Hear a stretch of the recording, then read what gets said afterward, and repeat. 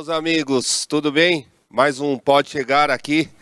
Eu tô com o William, e aí, William, tudo bem? Tudo ótimo, que semana incrível, hein, Alex? Pois Tô é. muito feliz e hoje a gente tem uma convidada mega especial aqui. Pois é, você trouxe uma convidada Eu não, né? que eu queria conhecer muito. Você queria conhecer? Oh, Se você souber o que ela faz, aí você vai querer conhecer o que ela faz lá. pois é, então. Mas quem deu a letra, você sabe, né? Foi Sim, o chefe. é. Então vamos falar a verdade. O chefe, inclusive, falou que se a gente trouxesse ela aqui, ele ia levar a gente pra jantar lá. É mesmo? Ele falou. Falou. Mas fala pro pessoal quem que é o nosso chefe. Hoje a gente tá com a chefe Thelma Shiraishi do Aizome. Hein? Já ouviu falar do Aizome? Já, É um sonho meu de ir lá. Jantar, inclusive. Super conhecido, né? E ainda nosso chefe, o Maurício, pagando a janta. Que Nossa demais, hein? Senhora. Preciso cortar o cabelo e alugar roupa. Semana que vem eu vou cortar esse cabelo. Vamos lá. Thelma, seja muito bem-vinda. Tudo bem, Thelma? Tudo bem, eu que agradeço o convite para estar aqui, um bate-papo gostoso com vocês. Obrigado pela presença, né, Thelma? Que demais, hein? Thelma, uma honra, eu sei que a sua agenda é lotada, né, com almoço, jantares, os eventos, mas antes de falar do que você faz, a gente quer saber quem que é a Thelma. Bom, eu sou a chefe Thelma Shiraishi, do restaurante japonês Aizome, tenho 51 anos, sou casada com Marcelo Shiraishi, tenho 2 filhas, a Juliana, de 24 anos, a Lívia, de 18 anos, e trabalho bastante nos restaurantes. Ah, legal. Um grande abraço pro Marcelo. Marcelo, inclusive, é amigo meu de Romaria. Ah, é? Nós estivemos juntos aí fazendo uma caminhada lá para Aparecida do Norte. Um grande abraço, Marcelo. Cara guerreiro. E ele já fez também uma caminhada gigante, né? Sim, ele foi para fazer a caminhada de Santiago de Compostela. Isso, foram mais de 900 quilômetros andando. Acho que são experiências que mudam a vida, né? Sim. Da outra perspectiva. E depois a gente fez também a caminhada no Japão. Na verdade, são 2 trilhas espirituais ancestrais que a gente tem pelo mundo. A mais famosa é de Santiago de Compostela. E no Japão a gente tem a chamada Kuma no Kodo, que é também uma trilha que a antiga família imperial fazia todos os anos, né? Então eles saíam da capital, que era em Kyoto, e passavam através das montanhas por uma série de templos. Era uma trilha milenar também. Então foi uma coisa bem bacana que a gente fez também, e a gente levou as nossas filhas.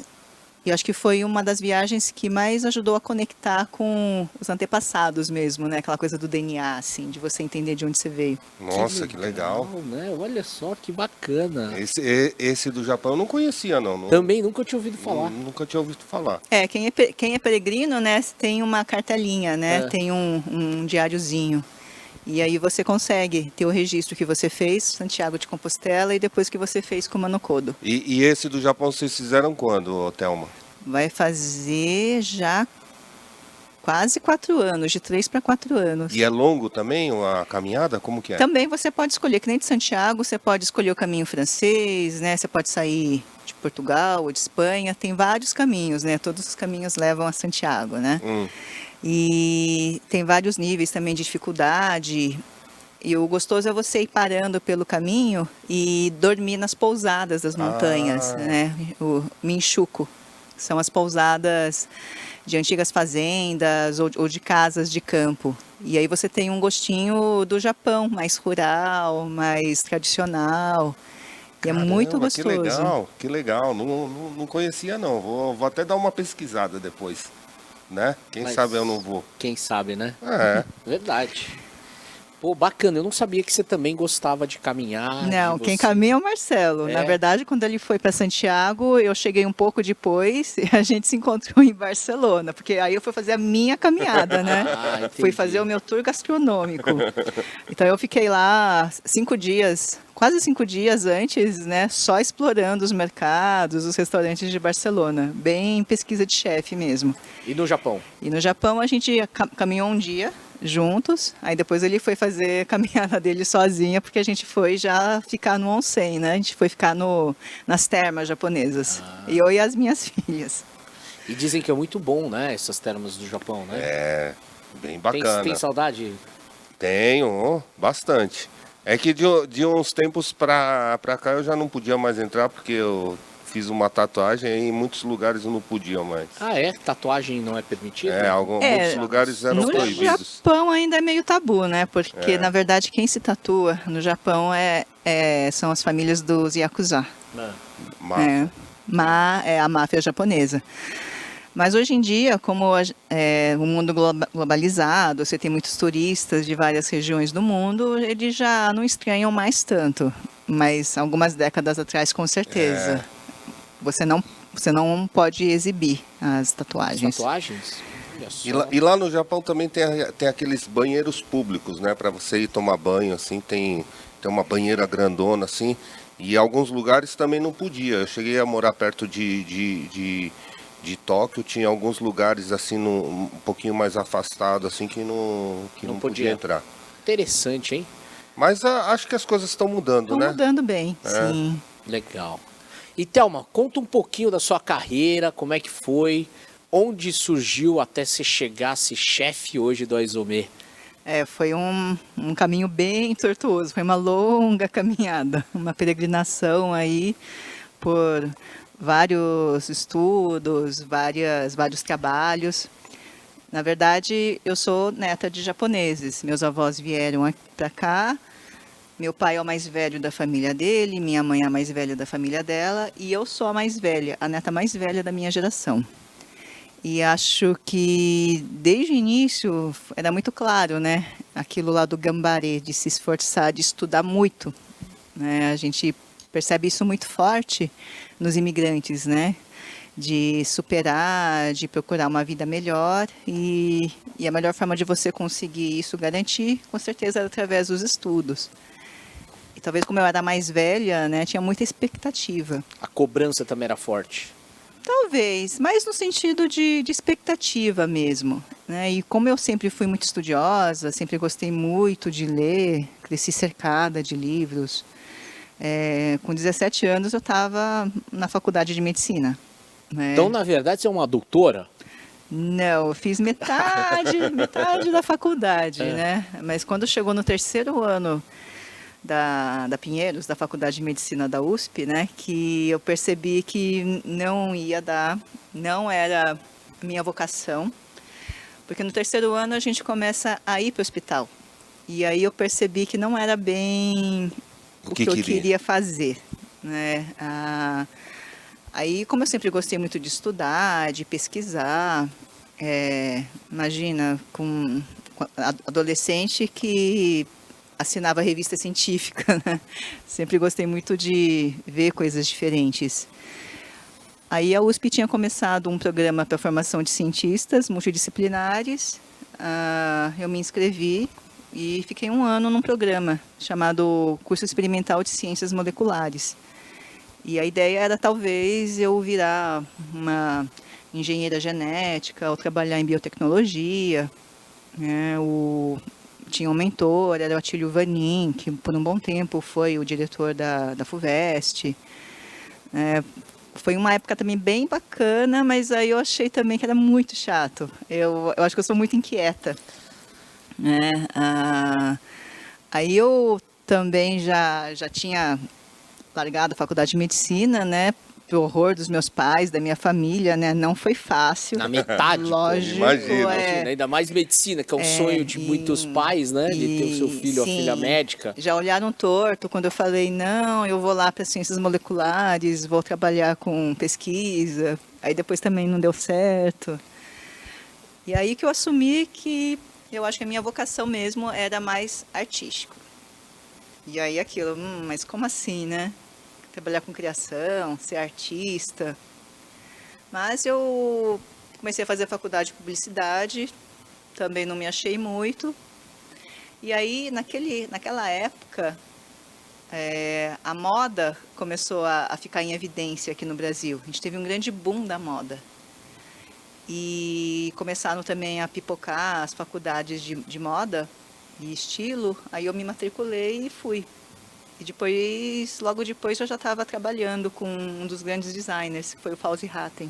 Ah, ok. E a gente surfou a grande onda da moda aqui no Brasil, né? Quando apareceu o São Paulo Fashion Week, as grandes produções, as top models, né? O primeiro desfile fora do Brasil da Gisele Bündchen foi com a gente em Punta del Este. Nossa, que bacana. Caramba, Ela hein? tinha 15 anos, subiu sozinha num avião, a gente saiu de São Paulo, fez ali uma escala em Porto Alegre, ela subiu sozinha, agarrada no ursinho de pelúcia, e a gente foi para Punta fazer o desfile. Mas é engraçado como assim, eles já sabiam que ela ia ser muito grande, mas talvez nem tinham ideia da dimensão que ela ia tomar, né? Mas uma semana depois ela já ia para Nova York. Nossa, que coisa, hein? Eles já sabiam Com que ela 15 ia anos, ser meu. com 15 anos. Subiu A carreira abraçada dessas no ursinho pessoas de é muito pelúcia. cedo, né? Quem trabalha com, né? Mas eles já tinham visto que ela tinha alguma coisa a mais. Isso que ano mais ou menos, Thelma? Isso foi lá para 95, por aí. 95, Caramba, hein? 96. Nossa, imagina levar uma menina de 15 anos, a responsabilidade aí. Nossa. E os pais têm que confiar muito, né? Pois é. E vocês cuidaram da produção e ela virou a celebridade que ela é hoje. Na verdade ela já tinha agência, né? Sim. Mas foi o primeiro desfile dela fora do Brasil. Que legal. Com vocês. Sim. E aí depois, como é que foi essa Então, carreira aí na Aí eu moda? conheci o Marcelo. Não, aí eu fiquei 2 anos trabalhando com moda, Com né? moda. Fazendo as produções de desfiles, porque naquela época tinha muito dinheiro esse segmento, né? A gente teve uma coisa muito grande aqui no Brasil. As indústrias têxteis, teve Sim. um crescimento, os grandes estilistas, né? Foi uma época de grande efervescência. Certo. E foi muito bacana fazer parte disso. Só que aí eu conheci o Marcelo, a gente teve a Juliana, aí eu fiquei um tempo em casa. Fiquei um tempo em casa, dedicada a Juliana, depois veio a Lívia, Certo. né? E Fazendo o papel de mamãe. foi no papel de mamãe, sim. Até que comecei a ficar inquieta de novo e eu lembro que quando eu trabalhava com moda, o que eu gostava muito era de organizar as festas, né, os Sim. eventos. Você tinha um desfile, tinha sempre que ter comida, bebida, tinha que ter decoração, ambiência, você montava o desfile, tinha que criar todo o clima, música, né, fazer toda uma produção. Aí tinha que fazer lançamento de coleção, coletiva de imprensa. E aí eu falei, vamos aos poucos, né? Vou trabalhar como freelancer de eventos. E aos poucos foi indo, até que as pessoas começaram a pedir para mim não só organizar o evento, mas cozinhar. Cada vez mais cozinhar. Que coisa! Porque desde pequena cozinhar era um hobby, né? Uma coisa Você que fazia por prazer. Sim, a gente sempre cozinhava muito em casa. Meus pais sempre foram de receber, a gente sempre foi muito aventureiro, né? De explorar especiarias, temperos, ervas.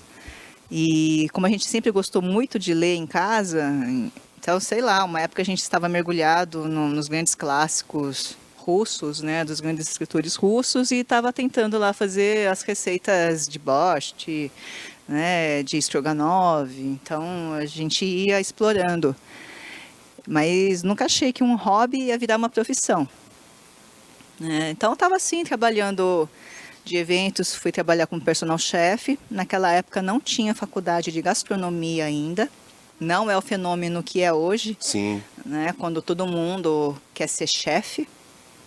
Só que antes de ser chefe, você tem que ser cozinheiro. Tem que lavar panela, amigo, Antes lavar de prato, ser- fala aí. Antes Ih, de ser cozinheiro, tem que conhecer como é que é uma cozinha. As pessoas têm a ideia, né, daquela coisa do glamour, Glamour, né? Vê o que- Masterchef, né? Acha que Então. é só alegria.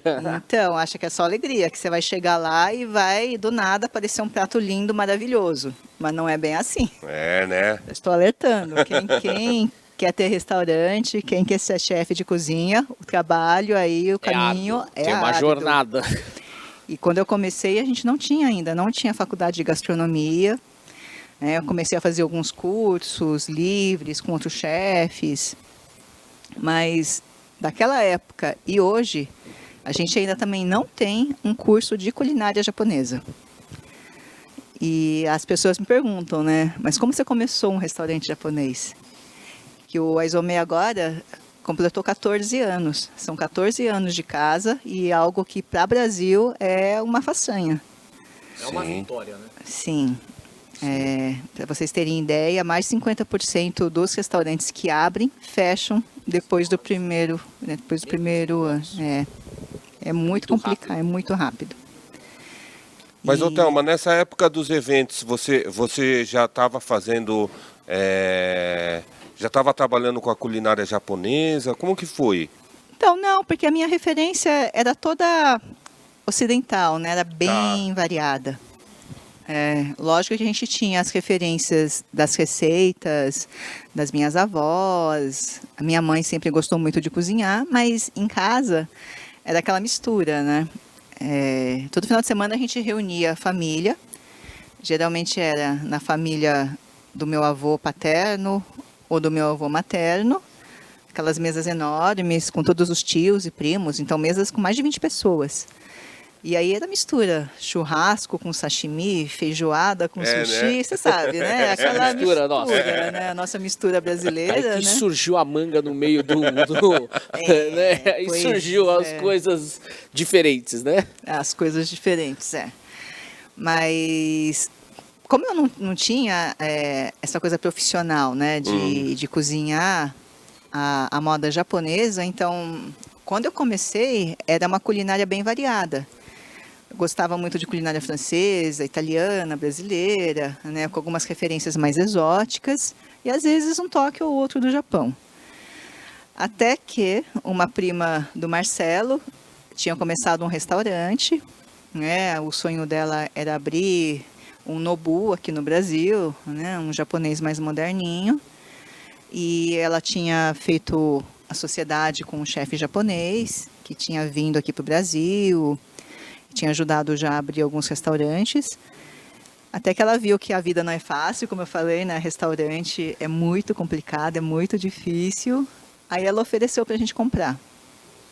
Aí eu nunca tinha pensado em ter um restaurante, né? Mas, de repente... E você estava nos eventos sabe? ainda? Sim, estava nos eventos, né? Talvez, né? Acho que seria legal, né? Gosto de cozinhar, né? Aquilo, né? Todo mundo que quer ter restaurante, eu gosto de cozinhar, vou abrir um restaurante. Sim. Né? Mas não entende como é complicado. E aí a gente começou, né? Só que depois de 5 anos, de repente eu estava sozinha. A gente começou o restaurante pequenininho, certo? Né? Lá nos Jardins. Para vocês terem ideia, a gente começou com 40 lugares, não tinha placa na porta, atendia só com reserva. E era muito direcionado mesmo para os clientes japoneses, né? Porque o meu sócio era japonês.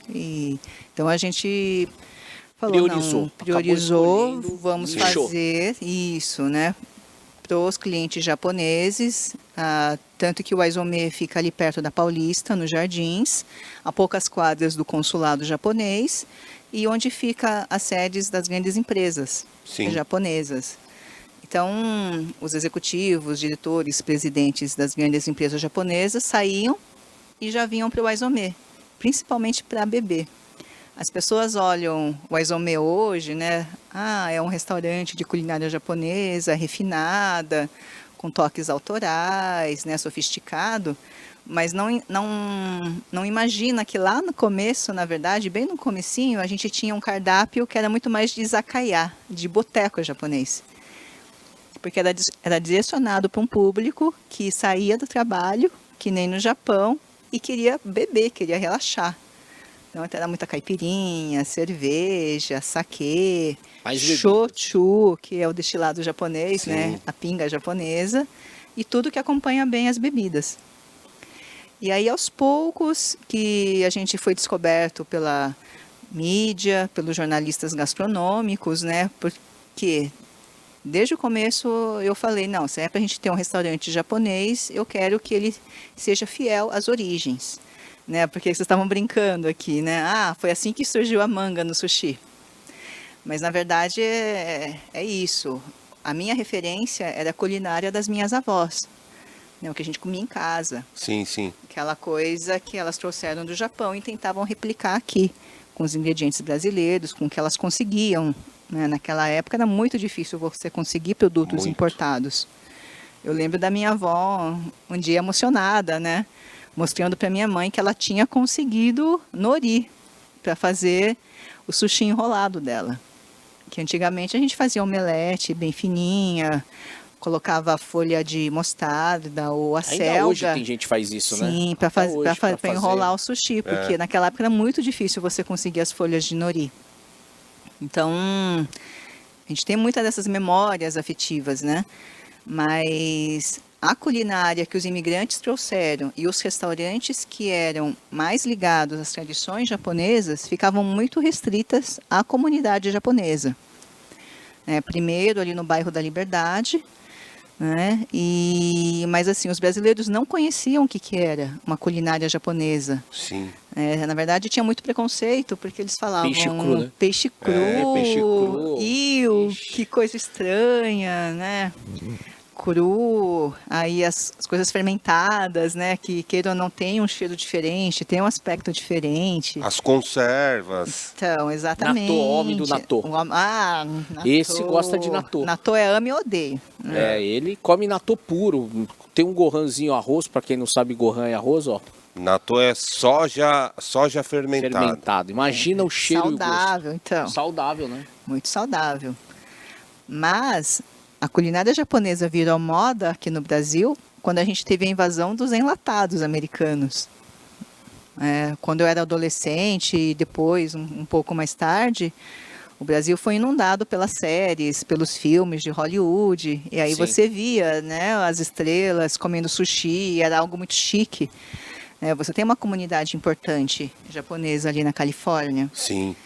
E a gente, aqui no Brasil, gosta, né, de se espelhar nos Estados Unidos. A gente importa muitos modismos, importa muitos modelos de negócios. Vários. E foi quando, então, veio para o Brasil esse modelo de sushi que fez escala na Califórnia. Por isso que a gente tem aqui, né, como culinária japonesa, Califórnia, Maqui, Filadélfia. Que vai manga, que vai é. abacate. Vai avocado, vai jalapeño, né?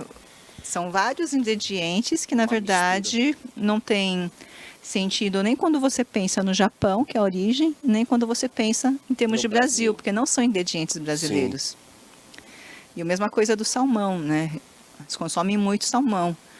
E aqui no Brasil, a gente tem uma logística meio complicada, para você fazer o transporte de um produto tão delicado e perecível quanto o peixe, e o salmão acaba ganhando a parada também, né? Porque a pressão da indústria chilena para trazer o salmão para cá é eficiente.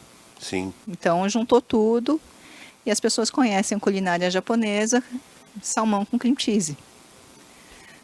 E quando eu abri o Aizome, a gente quis fazer algo diferente. Não quis fazer mais do mesmo.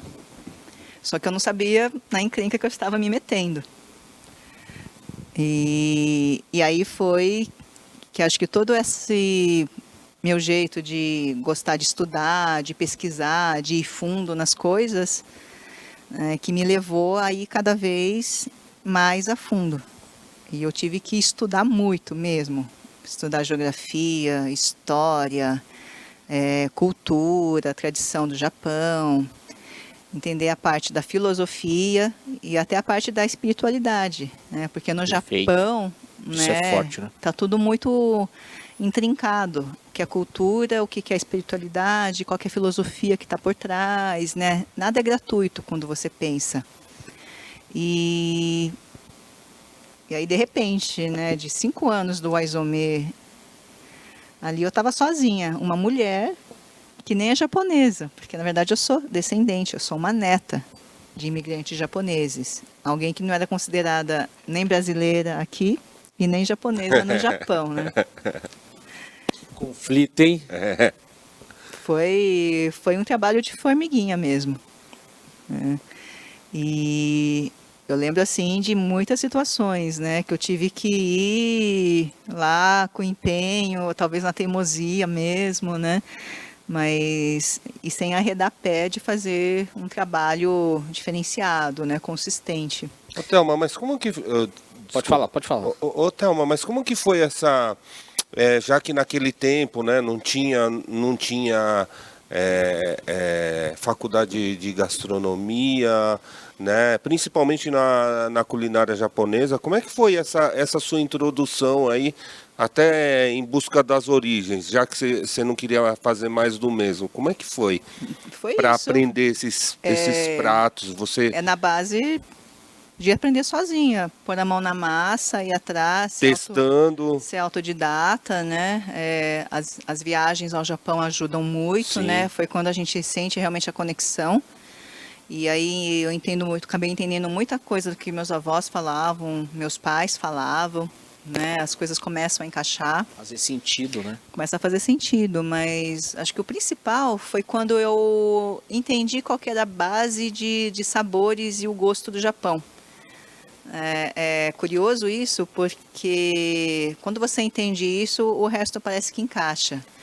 Que aqui no Ocidente, aqui no Brasil, a gente é muito centrado naquele dualismo salgado-doce. Sim. Né? A comida aqui é muito salgada e é muito doce. Sim. Mas além desses dois gostos básicos, salgado e doce, a gente tem o azedo, tem o amargo, e tem um quinto gosto que só tem para os japoneses, que é o umami. Umami. Umami. Umami. Todo mundo fala desse tal de umami, mas poucas pessoas entendem o que é umami. O que é? Mas é um quinto gosto básico mesmo. A gente fala em gosto, né? Tanto que a gente está falando salgado, doce, amargo, azedo, são 4 gostos básicos. Todo mundo já estudou na escola, né? O mapa da língua, que você sente o doce aqui, salgado ali. Isso aí está furado já, está desatualizado. Na verdade, a gente tem receptores, tanto na língua quanto no palato, distribuídos profusamente. Tá? Então, não é que você só sente o doce na ponta, o salgado ali atrás, né? O azedo nas laterais. Não, a gente tem essas sensações difusas. E a gente fala que é gosto porque é uma percepção do paladar, fisiológica. E o umami também é um gosto, foi comprovado cientificamente, primeiro por cientistas japoneses, em 1908, e depois o Ocidente foi também descobrindo. Foi incorporando. E especificamente assim, né, o gosto doce é quando você percebe a presença de açúcares. Então é um alimento que vai te nutrir, tem açúcar. Está associado ao prazer, inclusive, porque você precisa de açúcar para ter energia. Sim. Isso aí. O salgado é importante porque você precisa dos sais minerais para você manter o equilíbrio hidroeletrolítico do corpo. E azedo, amargo, eles estão mais relacionados a você ter a percepção para defesa. Porque geralmente um azedo é associado a uma fruta que talvez não esteja madura o suficiente. E o amargo pode ser um veneno, pode ser algo que vai te fazer mal. E a gente aprende a gostar, né, do amargo ou do azedo. Que aula, São hein? gostos mais adquiridos, né? Essa eu não sabia. Eu Nunca também tinha não. ouvido falar. Que legal. Agora, o umami é o quinto gosto base. Umami. Porque a gente tem receptores para ele e os componentes de umami geralmente são peptídeos ou nucleotídeos, que são as substâncias que formam as proteínas, que formam o nosso material genético. Então, são substâncias construtoras. Olha só. Então, assim, a gente tem os sentidos do corpo, né? A gente tem a visão, tem o olfato, tem o paladar, tem o tato. Essa palavra não tem tradução? Não tem, porque foi cunhada, né? Foi descoberta pelos japoneses e todo mundo usa umami agora. Mas se a gente fosse traduzir, umami vem de umai, ou delicioso. Então, a gente, se quisesse talvez traduzir, seria a deliciosidade. A gente fala, é o doce ou é salgado da comida, o umami é a deliciosidade da comida. E a gente percebe isso como peso na boca, como algo que faz você salivar, faz você querer mais. E foi quando eu entendi isso, e fui buscando o umami nos alimentos, nos ingredientes que resolvi na cabeça, né? Como é que eu tinha que construir a minha culinária. como é que eu tinha que construir as minhas receitas. Entendi. Mas não é fácil, porque a gente aqui no Ocidente está só acostumado com os outros gostos. O Sim. umami é assim, algo que a gente tem que buscar. Mas assim, as pessoas acham que só então receitas japonesas, ingredientes japoneses têm umami? Não. Não. Tudo tem umami. Sim. Só que a gente não está acostumado a prestar atenção. Tá. O alimento natural que mais tem umami é a primeira coisa que a gente prova quando nasce, o leite materno. Ah, mesmo? é? O leite materno. Aí, Interessante. queijo parmesão tem bastante. Um tomate, quanto mais maduro, tem. Por isso que algumas combinações são preferidas de todo mundo, né? Uma macarronada, uma lasanha, uma pizza. Porque junta dois componentes que são riquíssimos em umami. Ah, que legal. Então foi essa minha descoberta quando eu mergulhei mesmo na culinária japonesa. Entendi. Então, e nessa época que você começou, já tinha essa explosão, porque, igual você estava falando, né? A gente teve, né, realmente uma explosão aí na culinária japonesa. Talvez tenha tido um crescimento grande do sushi, do sashimi, Sim. primeiro, né? E aí hoje, por exemplo, você vê que tem lamen, né? Isso. Então, foi lógico, né? A gente teve essa explosão de um estilo de sushi, sashimi, americanizado, tá? Tem coisas boas, né? Outras coisas nem tanto, mas foi positivo, por quê? Porque quebrou aquela barreira do preconceito, né? As pessoas não estavam acostumadas a comer, a ver a culinária japonesa como algo legal, como algo, né, que poderia Não tinha balcão, né? Não tinha, mas ajudou a popularizar. Agora todo mundo está familiarizado, né, com o que é um sushi, se aventura a comer um peixe cru, já Sim. sabe o que é o shoyu, o que é o wasabi, né, e aí se abre para as outras possibilidades. E felizmente, né, mais recentemente, a gente teve o fenômeno do ramen, os izakayas, né, que são os botecos japoneses. E a tendência, eu espero, é que seja que nem o Japão, que a gente tem casas cada vez mais especializadas, Sim. né? O cara quer que nem o lamen, só lamen. Só lamen, né? O cara que faz. Agora, por exemplo, tá abrindo casas de yakitori, né, que são os espetinhos japoneses, né, de frango grelhado, Sim. né? Então, a gente percebe essa evolução. Isso é muito positivo, né? Sim. Isso é muito bacana. Muito bom, hein? Nossa, você viu? Que aula, mano. É demais. Dá vontade de você ter que assistir de novo, que tem algumas partes que ela falou da culinária japonesa, que é extremamente rico, principalmente para você que quer começar na gastronomia, que está investindo, que tem de repente, né, essa vontade de aprimorar, né? Olha que legal, hein? E até aprendemos uma palavra nova, né? Você lembra? Que ela falou? Umami? É umami. Umami. Umami é você. Não, umami. Sou eu. Umami. Umami. Né? Então, Nossa, é eu não isso, né? conhecia essa mesmo. Umami. Também não. Mas é prestar atenção. É prestar atenção, né, nos alimentos que te dão realmente aquela sensação na boca, né? A mais, de preenchimento, de uma coisa gostosa. E hoje os pratos são trabalhados dessa maneira. Sim, Você tem esse cuidado. O meu eixo de construção de um prato tem sempre o umami como referência, aí a gente vai colocando, né, ou as arestas, os contrastes e o que complementa. A culinária japonesa é muito de equilíbrio, né, de buscar essa harmonia. E você tem sempre estar com todos eles, né, em mente para construir uma coisa com camadas, uma coisa complexa, mas ao mesmo tempo que tem essa profundidade e essa delicadeza.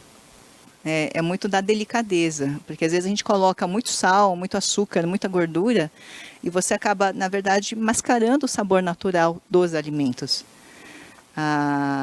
Os sabores japoneses, os pratos japoneses são muito mais no sentido de você emoldurar, de você valorizar o que já é naturalmente bom, né, do que realmente precisar usar de muitos artifícios.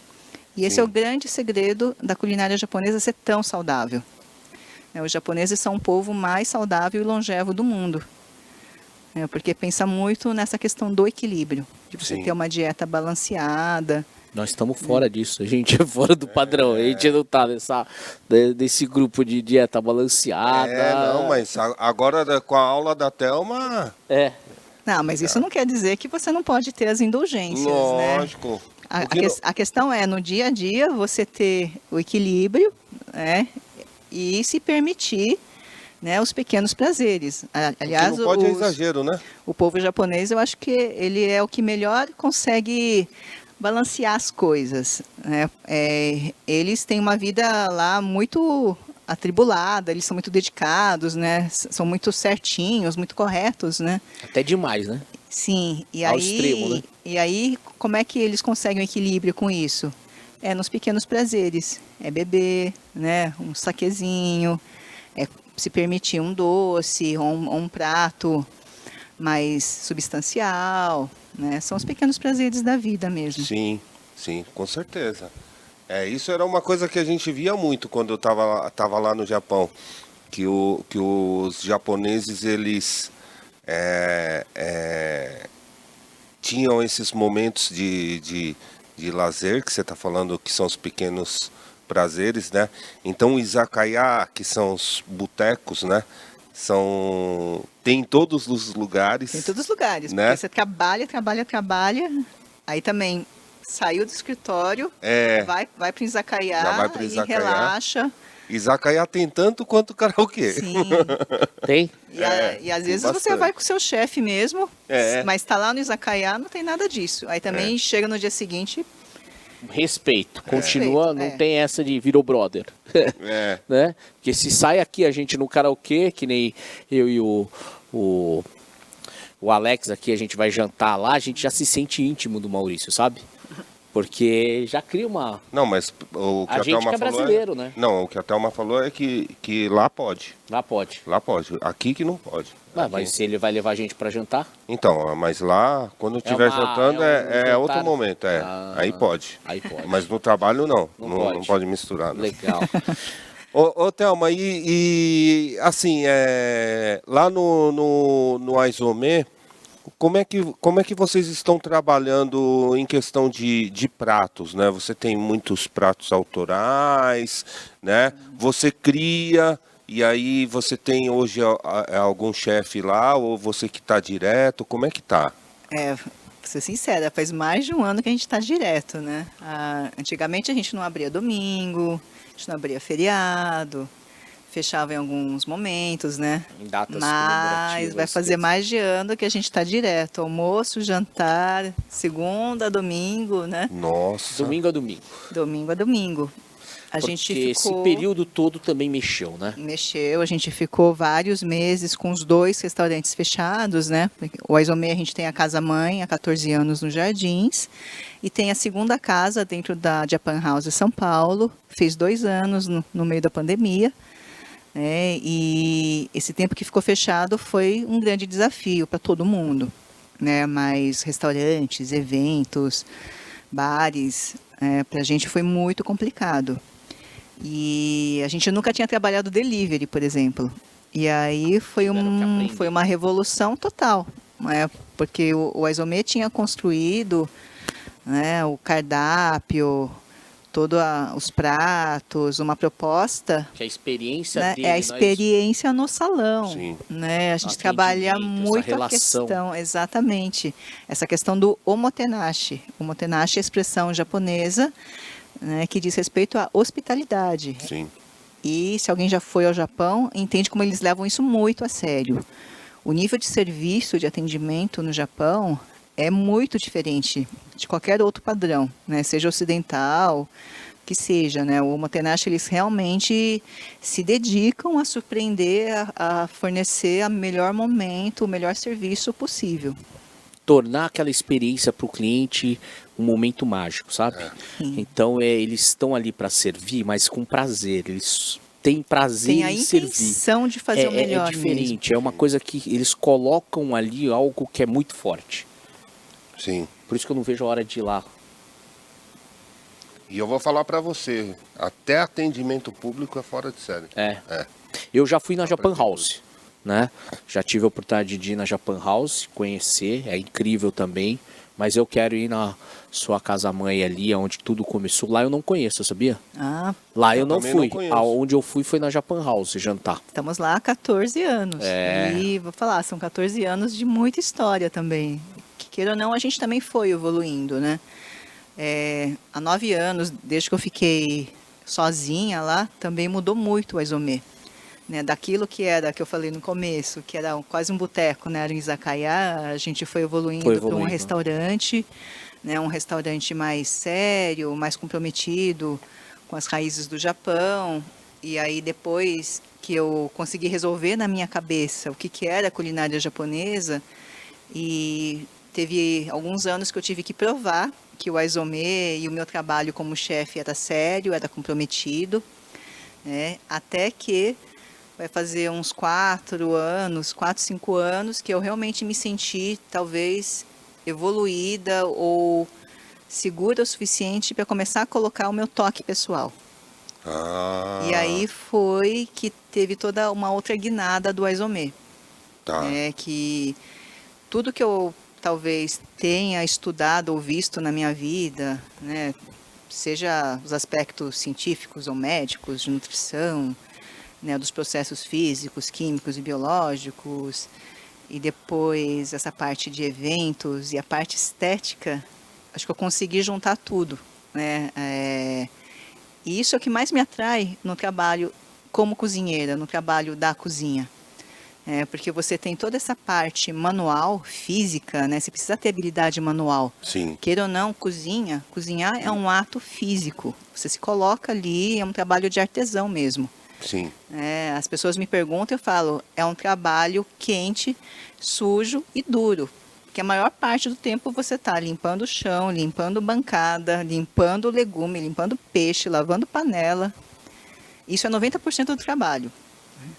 10% é quando você consegue finalizar e 1% é quando você tem aqueles momentos de inspiração, aqueles momentos que você consegue pôr algo a mais no que você está servindo. E aí são essas camadas, esses temperos que eu falo que são intangíveis, né? Quando você consegue colocar talvez algo intelectual, da intenção, né? Você pensou numa referência, pensou numa tradição. Depois quando você consegue colocar algo mais filosófico, talvez, né? Que a gente fala da cultura japonesa que Sim. é tão imbuída de filosofia, né? Como o mottainai, de você não desperdiçar nada.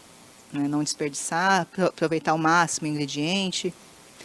E se você tiver talvez inspirado o suficiente, você consegue colocar também todos os aspectos mais espirituais, né? De você ter gratidão pelo alimento, de você ter em mente que o alimento está lá porque você teve alguém que plantou aquilo com muito custo para chegar até você. Teve um pescador, né, que também deu duro ali no barco.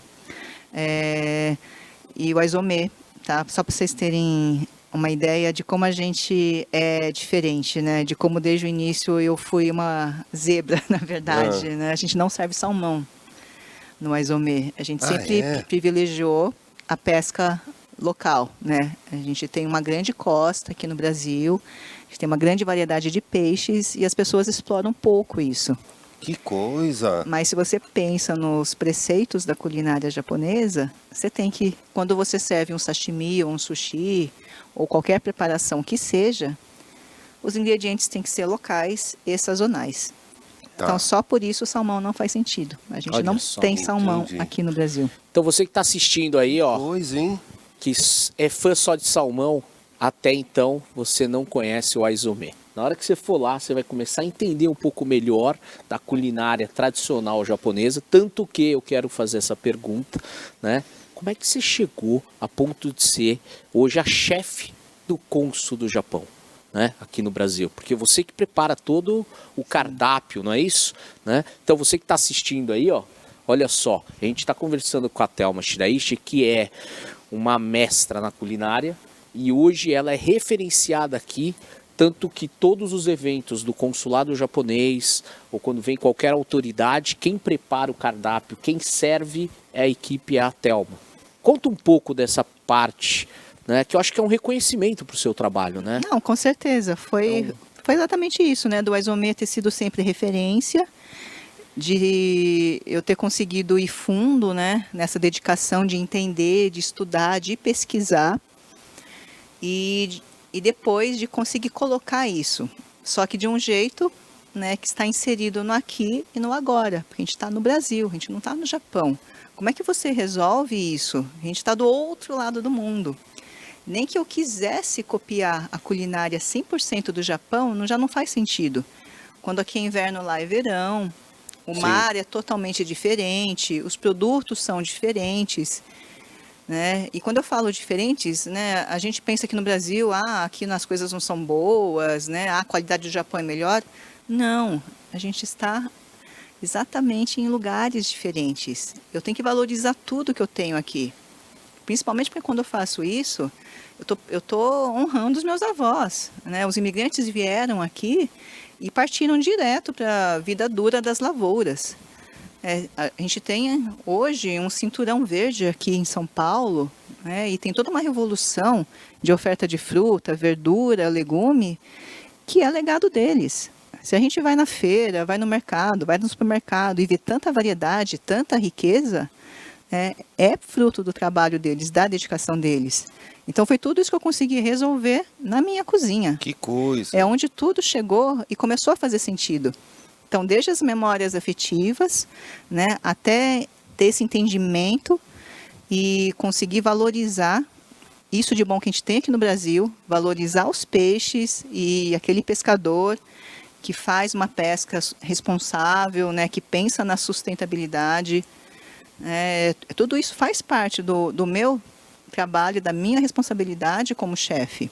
Que maravilhoso. São as decisões que a gente faz ali. Como a gente se alimenta faz diferença, né? Acho que impacta. A gente tem que pensar muito mais no futuro agora. Ô, Thelma, e aí eu fiquei curioso no seguinte sentido. Quais são os peixes que você trabalha para um sashimi, um sushi, por exemplo? Bom, que a é mais... gente tem atum, tem robalo, tem pargo, tem prejereba, graçainha, lírio, a gente tem sardinha, carapau, peixe-serra. A gente tem uma grande variedade enorme, a gente tem uma Alex. grande variedade. E a gente perde muito. E a gente conhece talvez ali o atum, né, que a gente ouve um pouco mais, um peixe branco, alguma coisa assim. A gente não tem esse conhecimento. A gente está tão no tradicional nosso, né, que para eles, para o japonês mesmo que vem aqui, eles acham diferente toda a nossa culinária, né? Não vou utilizar o nome que a gente ouve, mas é totalmente diferente do contexto. Na verdade, robalo, como sashimi, é maravilhoso. Carapau, então... Carapau é sensacional. Eu adoro peixe-serra. Esses peixes que a gente fala, que os japoneses falam, são peixes azuis, né? Uma cavalinha, uma sardinha, serra. E você que escolhe os peixes também? Eu tenho uma equipe de sushi man, mas eu também escolho os peixes da cozinha e a gente tem vários fornecedores. E a gente tenta privilegiar aqueles fornecedores, né, que fazem um trabalho mais junto dos pequenos pescadores. Porque não é fácil você conseguir, né, concatenar tudo isso de variedade com qualidade, né, a gente ter essa rastreabilidade e a gente conversa muito com o fornecedor, né? Desculpa, mas esse peixe tá no rol ali das espécies ameaçadas. Olha, esse aqui agora está no defeso, a gente não pode. E a gente tenta também passar para os nossos clientes, né, para prestar atenção nisso, né? Para cobrar, vocês também estão educando, né? Vocês também estão educando, porque o público ele é ignorante em relação a isso. Como nós agora estamos tendo uma a gente não tem costume, né? Por isso que eu falo, tem que partir da gente, né? Tomar a responsabilidade para se conscientizar. E aqui no Brasil a gente não está muito acostumado a prestar atenção às estações, né? Fica um pouquinho mais frio no inverno, mais chuvoso na outra época, no verão fica calor. Mas eu gosto muito de ir à Feira Livre, porque na Feira Livre é quando eu consigo perceber o que está na época. O tomate agora está bom, mas tem época que o tomate você vai pagar caro, está aguado, está verde, está duro, não vale a pena. Então na feira você consegue perceber o que está bom, porque está na época, está gostoso, está abundante e está barato. Então faz muito mais sentido para o nosso bolso também e para a nossa saúde.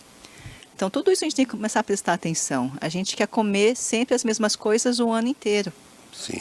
né? Mas diversidade, variedade tem que estar no nosso cardápio também.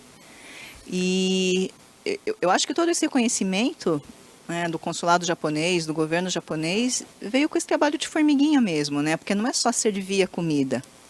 Que nem eu falei, são as camadas, são esses temperos a mais, né? Esses ingredientes intangíveis que a gente vai colocando nas receitas, que vai colocando no modo como serve, né? A gente gosta de fazer muitos cardápios sazonais, muitos cardápios comemorativos, apesar de a gente estar do outro lado do mundo, né? Mas consegui resolver na minha cabeça isso. Quais são os princípios da culinária japonesa? Então é sazonalidade, prestar atenção às estações, e locavorismo, privilegiar os produtos locais. E quando eu consegui fazer isso e colocando a minha história, a minha identidade, foi que tudo resolveu, né? E que chamou a atenção dos próprios japoneses. E aí veio o convite do consulado para ser a chefe responsável pelas recepções, né, para fazer a culinária. Eu trabalho na cozinha lá da residência oficial. Veio também depois o convite para assumir a cozinha do restaurante da Japan House São Paulo. A Japan House São Paulo também é um posto avançado do governo japonês para apresentar a cultura japonesa aqui no Brasil. A gente tem Japan House em São Paulo, em Londres e em Los Angeles. Mas a de São Paulo foi a primeira a ser inaugurada. Ah, é? Porque o Brasil tem a maior comunidade japonesa fora do Japão. Sim. É o posto mais importante fora do Japão para os japoneses. Nossa, que legal. Nós somos referência. Sim. Você sabia disso, Alex? Você, Sim. como japonês, tinha ideia? Sim. E a gente também, da mesma forma que meus avós vieram para cá, a gente teve todo um movimento contrário, né, dos decacegues, que depois foram procurar oportunidades Sim. lá no Japão também. Então, esse intercâmbio de você cruzar o planeta é muito grande. Sim. Ótimo. Que bacana. Isso é muito importante. Não, é demais. Eu acho que no final da década de 80 que começou esse boom, retorno, né? Vamos se dizer assim, né? Mais motivado pela crise que tinha aqui na época, né? Foram muitas pessoas para lá, né? Para o Japão. A gente teve, né, a explosão do fenômeno Dekasegi, né? Mas Dekasegi, na verdade, é uma tradução da pessoa que sai de um lugar para ir trabalhar em outro, né? E aí foram, assim, os descendentes pro Japão, e foi muita gente, né? Muita gente. E, inclusive, tem gente que nos assiste de lá, hein? Lá do Japão, né? Mandar um abraço. Sabe quem tá lá, que sempre fala da gente? Roberto Casanova. Você conhece o Robertinho? Robertinho, ele é um querido também. Mandar um abraço, então. Ó lá, Todo mundo do Japão. A galera que tá lá, obrigado pelo prestígio. Os brasileiros que estão lá, trabalhando até hoje, muita gente foi naquela época lá. Que estão até lá até hoje. E estão até hoje, né? A Clau também, falei com ela essa semana. A Claudinha, né? Um beijo, Claudinha. Saudade de você. Vamos ver se ela tá nos assistindo tá também. Assistindo, Claudinha, um beijo enorme. Pô, que legal. Agora eu vou para uma parte agora curiosa, posso? Sim. Curiosidade. E que tipo de culinária que você gosta, fora a japonesa? Pra comer, você fala? Para comer, Boa pergunta. eu vivo à base de pão. Pão? Você gosta de Sério? pães? Gosto de modo geral? Pão, de modo geral. Na verdade, então esses pães italianos você é fã? eu sou fã de pão de fermentação natural. Fermentação A natural. gente tem muita gente agora fazendo esses pães mais artesanais, né? E eu gosto disso. São pessoas que criam o próprio levain, o próprio fermento natural, né? E você fazem tem alguma indicação esses pães. bacana para quem está assistindo de pães que você gosta? Porque de repente a pessoa fala, pô, que legal, tenho curiosidade, vou ver a dica. Se a Thelma tá falando, Bom, eu como toda semana pão da Farinoca Farinoca. e da Hakopan. Hakopan. Hakopan, não conheço. Não Só conheço vende, tem que pesquisar Hakopan no Instagram. Escreve como Hakopan. H-A-2-K-P-A-N. Hakopan. Hakopan. Ok. Ô, Thelma, eu E a tenho Farinoca. uma Farinoca. curiosidade também. que isso eu ouvi no Japão, mas eu não sei se é verdade, tá? Relacionado primeiro, eu fui no Japão com um amigo japonês lá, logo que eu cheguei lá no Japão, e aí ele estava me ensinando que primeiro, sushi se come com a mão, né? Sim. Então, eu querendo pegar com o hashi, com os palitinhos, né? Aí ele falou, não, sushi você tem que comer com a mão. E é assim, aí ele, né, me ensinou tudo. E aí... Agora ensina, você falou... Não, mas calma, eu quero ouvir da Thelma, né? E aí tem uma outra coisa que ele me falou, referente ao wasabi, raiz forte, né? Ele falou que, na verdade, e aí eu queria saber de você, que aquilo foi introduzido, o wasabi, né, a raiz forte foi introduzido muito tempo atrás, muitos anos atrás, pelos japoneses, para matar algum Tem verme, efeito bactéria. antimicrobiano. Então, isso é verdade? Sim, na verdade, quando você come sushi ou sashimi, sempre vem nabo ralado, vem uma folha de shiso, vem wasabi ou vem gengibre. Gengibre também. Né? São todos elementos que os japoneses acreditam que têm efeitos antimicrobianos ou que vão ajudar na digestão. Ah, então isso é verdade Sim, mesmo. isso é verdade. Tudo, aliás, tudo tá para ser comido também, né? Não tá lá só de enfeite. Sim, sim. Né? Na verdade, eu também sou adepta dessa filosofia japonesa. Tudo que está lá é para ser comido. Então, tanto o montinho de nabo, a folhinha que está lá. Aquele pepino que é cortado tudo bonitinho, que o pessoal acha que é enfeite, é para comer também. Né? Tem gente que coloca só para enfeitar, mas na verdade, tudo é comestível, tudo é para ser comido. Então se come com a mão. Sushi, em específico, se come com a mão, tá? O sashimi. E o sashimi, não, sashimi você pega com o hashi. Tá. E se você realmente quiser seguir a risca a etiqueta japonesa, você não faz primeiro você não coloca um monte de shoyu no seu pratinho e mistura, faz faz aquela maçaroca, né, de wasabi com shoyu. Não faz isso. Se você vai comer sashimi, você pega o tanto de wasabi que você considera adequado para cada fatia, porque cada peixe tem a sua textura, tem a sua gordura, tem a sua espessura. Então você não vai colocar o mesmo tanto de wasabi para todas as peças. Isso para sashimi. Aí você molha delicadamente no shoyu. Tá? O shoyu é um complemento. Não é para colocar shoyu, porque senão não é para mergulhar lá. Você só vai sentir gosto de shoyu. E o sushi. Realmente, se você está num balcão com um mestre, com itamae de sushi, o melhor é pegar com a mão.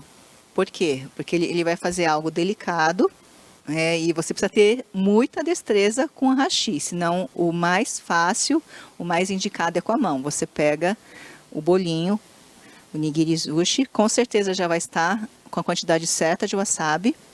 Você vira ele ligeiramente do lado e só molha a pontinha do peixe antes de colocar na boca. Sim. Porque tem muito risco do bolinho de arroz quebrar, desfazer. se você não tiver habilidade suficiente com hashi. Então, com a mão sempre é o mais fácil e é o mais indicado, sim. Eu gosto de comer sushi com a mão. Então, você viu, né, que o wasabi, ele não tá ali, não é só para dar um gostinho, um ardidinho, não é nada disso não. Ele tem a sua importância ali, tanto o wasabi, né, que é a raiz forte, como o shogal, o gengibre. O gengibre, né? Sim. Shogal é gengibre, tá, galera? Então, o gengibre, ele vem, em sua maioria, fatiadinho, né? Bem fatiado, ou às vezes pode vir como tempero mesmo. Né, raladinho. Isso. Tanto que tem peixes que a gente indica não colocar wasabi. É com gengibre. O tempero que melhor complementa o peixe, principalmente os peixes de pele azul, que a gente fala, né? Uma sardinha, um carapau ou uma cavalinha. O tempero mais indicado é gengibre, em vez de wasabi. Ah, é? Isso eu não sabia, não. Eu comia tudo com wasabi. Porque é mais refrescante, né? Vai dar um toque picante, e lá mais vocês refrescante também não servem dessa maneira, shoyu, porque tem lugares que nem shoyu fornecem direito, né? Não, então, como eu falei, se você estiver num balcão, uma degustação de sushi com um mestre, o itamae, ele com certeza pode colocar uma peça de sushi de cada vez, de servir, vai colocar a quantidade que ele acha de wasabi e já vai pincelar com o que ele considera adequado de shoyu. Ele já pincela. Na Ele verdade, já é só para pincela você também. comer direto. Você não precisa Isso. nem... Mas aí é cada casa, cada estilo, Tem uma... cada chefe Ok. vai ter o seu estilo. Maravilha. Aí, se você está indo lá, né, é melhor você seguir a indicação etiqueta, dele. né? Sim, a indicação dele. Ok. Ele está oferecendo o melhor do jeito dele. Tá ótimo. São o que a gente chama de omakase, né? Então você vai lá, Omakase, você se verdade. coloca. Omakase quer dizer eu me coloco em suas mãos. É um menu confiança. Então, se você vai confiar, você não vai cometer a gafe de falar, eu quero mais wasabi, eu quero mais shoyu. O chefe está servindo como ele acha que é melhor. Ok. Eu tenho uma outra curiosidade. Pode Alex. falar, pode falar. E esse projeto maravilhoso social que vocês estão tocando? Eu queria que você falasse um pouquinho disso que eu achei demais. O água no feijão. Isso mesmo. Na verdade, assim, começou a pandemia, difícil para todo mundo. De repente, a gente teve que fechar os 2 restaurantes. Sim. Então, vocês imaginam, as 2 casas juntas recebiam 200, 300 pessoas por dia.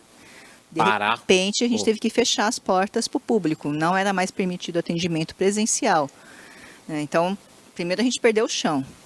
Como é que eu vou fazer agora, né? Se todo o nosso trabalho, né? Se todos os pratos eu penso para serem servidos da forma mais adequada, mais gostosa, né? Com serviço presencial, com motenashi. E aí, na casa mãe, a gente começou o delivery. A gente aprendeu ali do zero. Foi também um trabalho de formiguinha. Para vocês terem ideia, no 3º dia, depois que fechou as casas, a gente entregou os primeiros obentôs, as marmitas japonesas. A gente entregou 3 obentôs para um cliente fiel e o Marcelo que foi levar de bicicleta ali perto. Assim que a gente começou o delivery. Que coisa. Aí aos poucos a gente foi entendendo a embalagem, foi entendendo os aplicativos, depois a gente começou um site, né, para fazer o delivery próprio. Mas então, assim, E a gente sem querer engatou. cortar, mas cortando assim, nesse período, então, você não chegou a parar. Tá, Não. parou. A gente parou 2, 3 dias para se Sim. adequar, né, para chegar a embalagem, a gente resolver como é que ia empacotar comida, que receita que funciona, porque nem todas as receitas viajam. Sim. Para vocês terem ideia, tempurá é uma coisa que eu não coloco no delivery. Não tem como viajar bem. Chega mal, né? Mas a maioria das receitas japonesas viajam bem. E aí a gente foi descobrindo, né? Foi vendo com a embalagem adequada, foi entendendo como é que funciona, porque na verdade você faz a comida, você entrega para o entregador, né? Você literalmente sai da sua mão, você não sabe como vai chegar. Então, foi uma desconstrução, né, radical do que a gente entendia do que a gente fazia antes. Então, a casa-mãe seguiu essa linha. E a Japan House, por estar dentro do centro cultural, foi, na verdade, a que primeiro fechou e a que mais demorou a voltar, porque está dentro de um espaço público de alta circulação. E eu olhava aquela cozinha equipada, aquele espaço parado. Aí o que me vinha na cabeça, Motainai, né? Que desperdício. Vi a minha equipe, né, qualificada, profissionais, capacitados, parados, né? Puta, Motainai. Aí estoque cheio, porque casas que recebiam 200, 300 pessoas por dia parou e o estoque estava lá.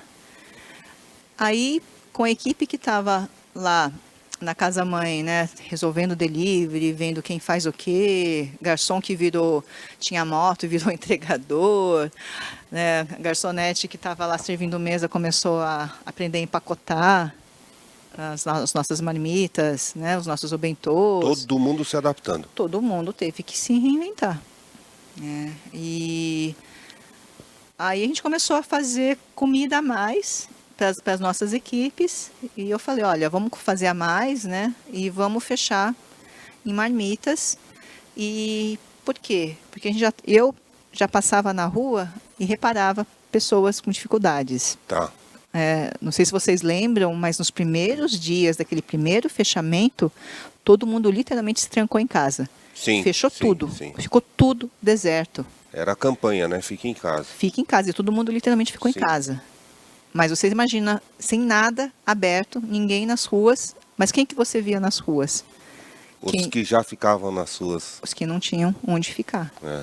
E aí eles não tinham mais para quem pedia um trocado, para quem pedia um pedaço de pão, né? Ia lá no boteco, pedia um prato de comida, não tinha mais nada disso. Sim. Eu falei, não, vamos fazer a mais e vocês saem distribuindo. Porque a gente andava 2, 3 quadras perto da Paulista, já tinha bastante gente. E aí você olha para o lado, já não tem mais como virar o rosto, né? Aí você vai tomando conta da dimensão das coisas. Aí eu comecei a conversar com os meus colegas, os meus círculos. Ela falou, não, vamos pegar a cozinha da Japan House e vamos transformar em uma cozinha para fazer refeição humanitária. E a coisa foi tão rápida, foi tão bonito, né? Porque as pessoas foram se engajando, todo mundo se sensibilizou e de repente a gente estava com uma rede de solidariedade incrível, assim, né? De uma ideia pequena e não, a gente pode fazer mais, vamos fazer mais, né? Porque a ideia é você está jogando uma gota de água no deserto. Sim. Né? E você fica naquilo, nossa, mas a gente tem que fazer mais, não é possível. E graças a esse trabalho, né, com o Japão, com a Japan House, a gente conseguiu mobilizar muita gente. Então a gente conseguiu o uso do espaço da Japan House, financiado pelo governo japonês. A gente conseguiu muito patrocínio das empresas japonesas. Todas as entidades da comunidade também se engajaram. Então a Junior Chamber, né, International, a JCI Brasil-Japão também entrou fundo para ajudar na coordenação, na administração disso. Parabéns os jovens lá, o Marcelo Samura e toda a Sim. equipe, né? Eu vi o engajamento, recebia tanta coisa legal falando do projeto de vocês. Então, os jovens do Bunkyo. Também, sensacional, né? Então, o E eu pessoal acho do que essa CENI. união, né? Eu acho que de uma situação negativa vocês conseguiram transformar e unir, né? Porque Todo vocês mundo juntaram se engajou. Porque assim, as pessoas batalhão, acham. exército, as né? pessoas acham que é pegar a doação, pegar o alimento, cozinhar e distribuir. Mas não, a gente precisa ter uma estrutura muito grande, porque precisa administrar isso, você precisa ter o financeiro, precisa ter o fiscal, você precisa prestar contas. A nossa grande diferença foi exatamente a transparência, você ter uma auditoria séria. Porque isso foi gerando cada vez mais confiança das pessoas. As pessoas querem ajudar, mas elas querem ter a segurança que cada centavo dado ali vai ser devidamente destinado. Sim. Então, esse foi o grande trunfo que a gente conseguiu se organizar o suficiente, ter pessoas de todas as esferas, de todos os backgrounds, com todas as capacidades, doando exatamente isso, tempo e capacidade para fazer acontecer. Sim. E tanto que em 2020, em 8 meses de projeto, foram mais de 100 mil refeições. Nossa. E agora a gente Nossa, continua. Quantas famílias, hein? Quantas pessoas foram impactadas. Parabéns, Sim, viu? e ajuda do mundo inteiro, veio ajuda do Japão, veio ajuda de outros países, veio doadores, né? Pessoas que foram vendo essa mobilização. Trabalho lindo, né? Nossa, demais. E a gente Demais. teve sorte de conseguir também ajuda na outra ponta, porque você não consegue sair distribuindo essa escala, né, a torto direito. É. Então, No meio da rua do nada, né? Achar não, que vai. não. Tem que ter também a segurança, né? a primeira Porque parceria, tem a questão da pandemia que você tem que ter esse cuidado, né? a primeira parceria foi com a Prefeitura da cidade de São Paulo, porque eles têm os pontos de distribuição para o sem-teto. E aquilo ali realmente é desolador, assim. Eu ia pessoalmente lá entregar, eu via aquilo, por isso que havia aquela gana de, não, tem que fazer, a gente tem que fazer alguma coisa. Era ali no centro, né? No centrão, Eu cheguei a ali entregar também. perto do Largo São Do Largo São Francisco. Francisco. É triste, né? Porque você vê até inclusive famílias de pessoas do bem que são trabalhadores que estão vivendo Sim. aquele momento, porque não é um indigente, Não um é que cara eles querem morador. tá lá. Não. Muitos vinham, Queriam Assim, trabalhar. sim, Tava não tem um impossibilitado de chão para eu trabalhar. limpar, não tem panela para eu lavar, me chama que eu vou. É assim. E depois a parceria que a gente fez com Água no Feijão, com a comunidade de Heliópolis. Que aí a gente tem uma escola de samba que fica em um dos quadrantes ali de Heliópolis, que é enorme, né? A gente teve o privilégio de conhecer, entrar dentro da comunidade, ver como as pessoas vivem, as dificuldades que elas passam. E, queira ou não, a escola de samba é uma agregadora da comunidade. Sim. Então, a gente entregava refeições diariamente lá, centenas de refeições diariamente, e eles sabiam exatamente para quem que ia. Ah, não, olha, hoje tem que entregar 2 marmitas para essa senhora porque o filho dela caiu doente. Né? Então, assim, eles conhecem as pessoas. Sim. Então, a gente sabe para quem que estava indo cada refeição. E foi muito bonito quando a gente teve essa sensação de poder agregar e criar conexões. Porque os meus fornecedores, os produtores também estavam com dificuldades. E muitas vezes eu fui pessoalmente no campo buscar quem estava perdendo lá a colheita, porque não tinha como desovar. Se a GESP ficou parado, ficou complicado um bom tempo, gente chorando porque ia perder a produção e na outra ponta a gente passando fome. Não tinha, né, esse link, Não né? tinha, então assim, olhando hoje, né, eu acho que são essas histórias, são esses modelos de trabalho que a gente tem que replicar e levar para frente. Né? Tem que conectar tudo e só deu certo porque todo mundo deu a mão, todo mundo foi se ajudando. Nossa, parabéns. Essa lição a gente tem que tirar. A situação está difícil, sabe? Para todo mundo é desafiador, né? Mas a gente pode fazer sim, e tem que fazer melhor a partir de agora. Ô, Thelma, e como é que você tá enxergando aqui? Agora acho que começou a dar uma clareadinha, né? Você vê que... o que você vai levar de lição disso tudo? Por exemplo, sei lá, continuar o delivery... O que você vê que é uma nova realidade? Bom, para a questão dos negócios, a gente começou pequenininho o delivery, né, entregando 3 marmitinhas de bicicleta, o próprio Marcelo levou. A gente foi aprendendo. A gente errou, a gente apanhou, mas a gente não desistiu. É uma construção que tem que ser feita todo dia. E a época é muito incerta. Graças a Deus, agora a gente vê uma luz no fim do túnel, né, com a vacinação. As coisas estão ficando mais otimistas, mas o delivery veio para ficar. Ainda bem que a gente teve tempo para aprender. Queira ou não, antes a gente sabia que uma hora tinha que começar a brincar de delivery, mas Sim. a gente não tinha tempo, energia para parar o restaurante, porque delivery é um negócio diferente. Não é Sim. só você pegar a comida que você faz sempre no restaurante, E colocar no saco. colocar numa caixa e mandar despachar pelo motoboy.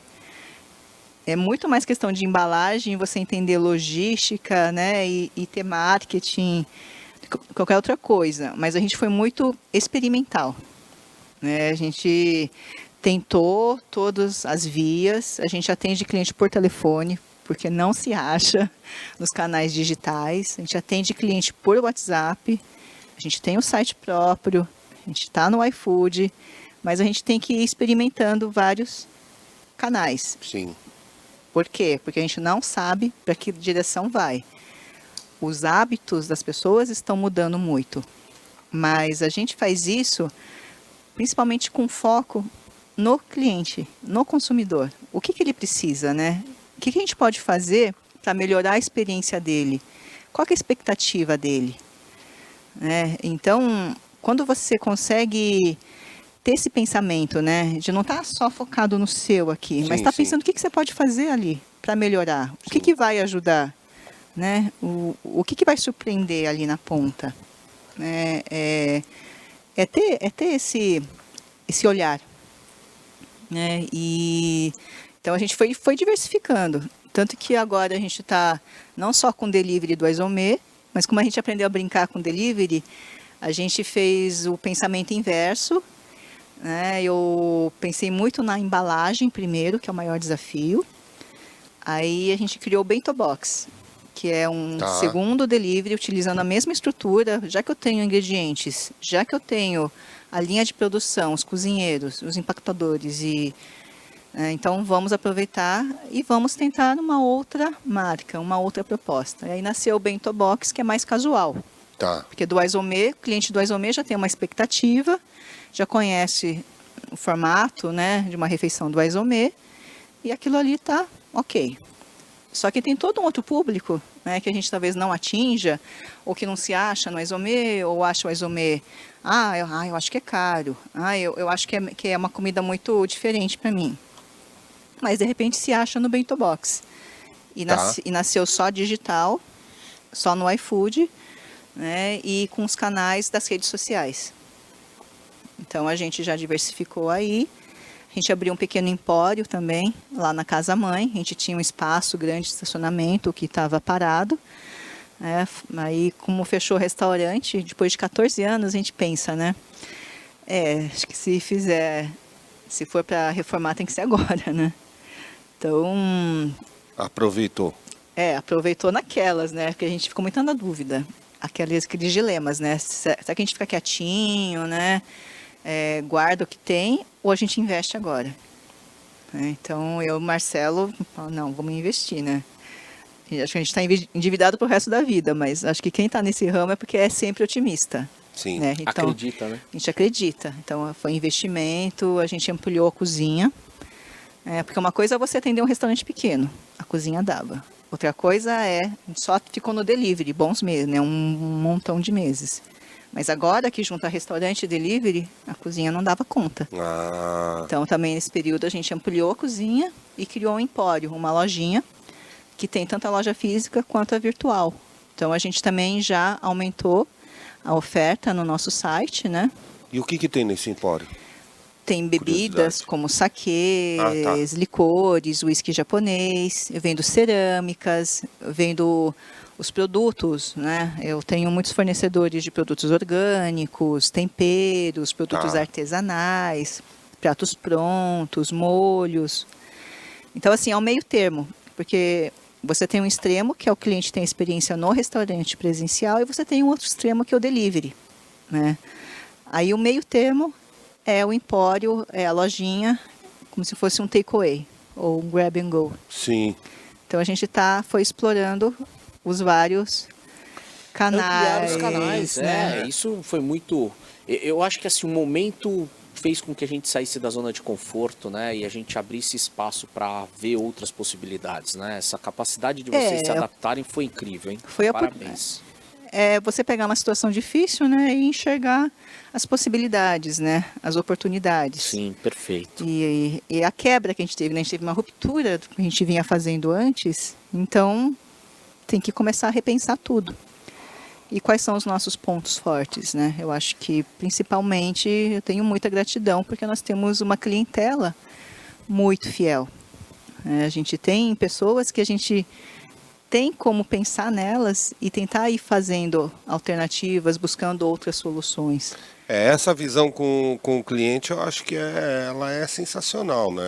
Os grandes empresários têm essa percepção e eu acho que tem tudo para dar certo. Eu acho que, mas a grande lição de tudo isso tudo, acho que é o desapego, principalmente, viu? Porque a gente estava tão fechado, né, no modelo de negócios de antes, né, o que eu fazia, a minha receita de sucesso, eu trabalho assim.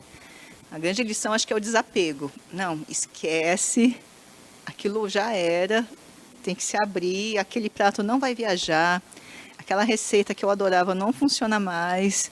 Então, o desapego, sabe, de você se propor a repensar tudo, né, e deixar ir e olhar para frente. Nossa, que demais, hein? Que aula, hein? Meu, por isso que eu falo, esse podcast é bom porque a gente traz pessoas incríveis como a Thelma, Sim, né? Imagina. Que nos ensinam muito, né, William? Demais. A gente tem muito a aprender, né? E ela trouxe visões muito diferentes, me fez pensar em muitas coisas, né? Pô, incrível, cara. É um bate-papo bem gostoso. A gente chega no bloco final, Thelma. Uma pena, porque o papo tá fluindo tão bem, né? E eu gostaria que você fizesse as suas considerações finais dessa conversa, o recado que a gente vai deixar, o contato do delivery, para a turma que quiser conhecer o Aizome, o box, né? Bento Box. Pô, vamos pedir esse Bento Box, hein? A Fiquei gente animado precisa, agora conhecer esse Bento Box. Eu tô curioso, então, tô bem curioso. Uma novidade, uma primeira mão, hein? O Bento Box, ele nasceu só digital no iFood, né? Mas desde semana passada, o iFood convidou a gente para participar da praça de alimentação que fica dentro do Parque do Ibirapuera. Então, o Bento Box era só uma marca virtual de delivery e hoje ela tem uma lojinha física. Lá dentro do Parque do Ibirapuera. Dentro do Parque do Ibirapuera? Eu vi uma foto, o Rafa foi lá, ele tirou uma foto. O Rafa deve ter ido lá no final de semana, porque eu vi ele com uma caixinha escrito Bento Box. Agora que você falou é verdade, ele né? postou ele nos postou stories. uma foto no store, tava ele, a mãe dele, o filho, e a esposa. É verdade. o Rafinha, sabe? Sim, O então, Rafa Hirano. Então ele tava lá. a gente nunca sabe, né, que direção toma as coisas. Então a gente vai experimentando. Que bacana. E, não sei, eu acho que a minha mensagem final é pelo movimento Água no Feijão, né, que de um momento tão difícil, a gente conseguiu ampliar as nossas ações, né, mas, de novo, é aquele olhar para fora da gente. Muitas pessoas que participaram do movimento Água no Feijão, que doaram, né, na verdade, elas vinham agradecer a gente pela oportunidade de poder fazer algo. Porque a gente fica, às vezes, tão preso nos nossos problemas, né? Nossa, tá tudo tão difícil, mas só no exercício de você tirar o foco de você, olhar para fora, né, já dá uma leveza, porque você percebe, né, na verdade a gente é afortunado, né, a gente tem que agradecer, a gente está aqui, está vivo, tem saúde, está trabalhando, né, e a gente pode fazer sim, pode fazer mais, sim. Né, tanto que água no feijão quer dizer isso, né, uma expressão brasileira que eu gosto bastante. Quando você recebe algum visitante inesperado, põe água no feijão, Só pôr água no feijão, para ter comida para todo mundo. Sim. Então, por mais difícil que a situação esteja, a gente pode pôr um pouquinho mais de água no nosso feijão, né? E simbolicamente estender uma ajuda para quem precisa. Então, a grande lição de momentos difíceis, né? A gente tem a chance de talvez mostrar o nosso melhor como humanidade. Nossa, que demais, hein? Oh, que papo gostoso, hein? Thelma, eu queria agradecer demais, porque, olha, hoje foi enriquecedor, né? Essa sua visita aqui. Nossa, inspirador, né? Imagina, eu que agradeço a oportunidade. Até agora, para finalizar aí sobre esse projeto lindo e maravilhoso que você tem aí. Nossa, demais, né, Willy? Você ficou emocionado. Fiquei. Isso é muito legal. Você sabe que eu gosto, né, dessas coisas. Eu sei. Thelma, muito obrigado. Eu O japonês fala arigato, né? Arigato. Então, arigato. E olha, que vocês continuem aí ajudando tantas pessoas, vocês possam ajudar mais pessoas, né? E a gente vai lá com certeza prestigiar. Você que está assistindo aí, vai lá conhecer o Aizome, que eu acho que vale muito a pena, né? Eu já tive a oportunidade, como eu disse, na Japan House, e agora a gente vai na Casa Mãe. Sim. E vamos conhecer o Bento Box. O Bento Box, né? Tem no Parque do Ibirapuera também, né? Isso? Tá certo. Lá na Praça de Alimentação. Isso, fica ao lado do Museu Afro Brasil. Tá. Sábados e domingos, das 11 Só no final de semana, então. Só no final de semana. Sábado e domingo, das 11 às 17. Ok, mas quem quiser tem que procurar a Thelma lá na Matriz, lá na Casa Mãe, não é isso? Casa Mãe, ou delivery no iFood, ou pelo delivery próprio do Aizome. Legal. Muito obrigado, Thelma. Obrigada, eu que agradeço. Obrigada. Obrigado, gente. Até o próximo podcast. E conta com a gente. Se você gostou, deixa o seu likezinho, compartilha, que eu acho que esse conteúdo é extremamente rico. Manda para o seu amigo, familiar, que ele vai adorar conhecer também, né, sobre esse assunto e principalmente a Thelma. Muito obrigado, até o nosso próximo vídeo. É isso aí, obrigado. Obrigado.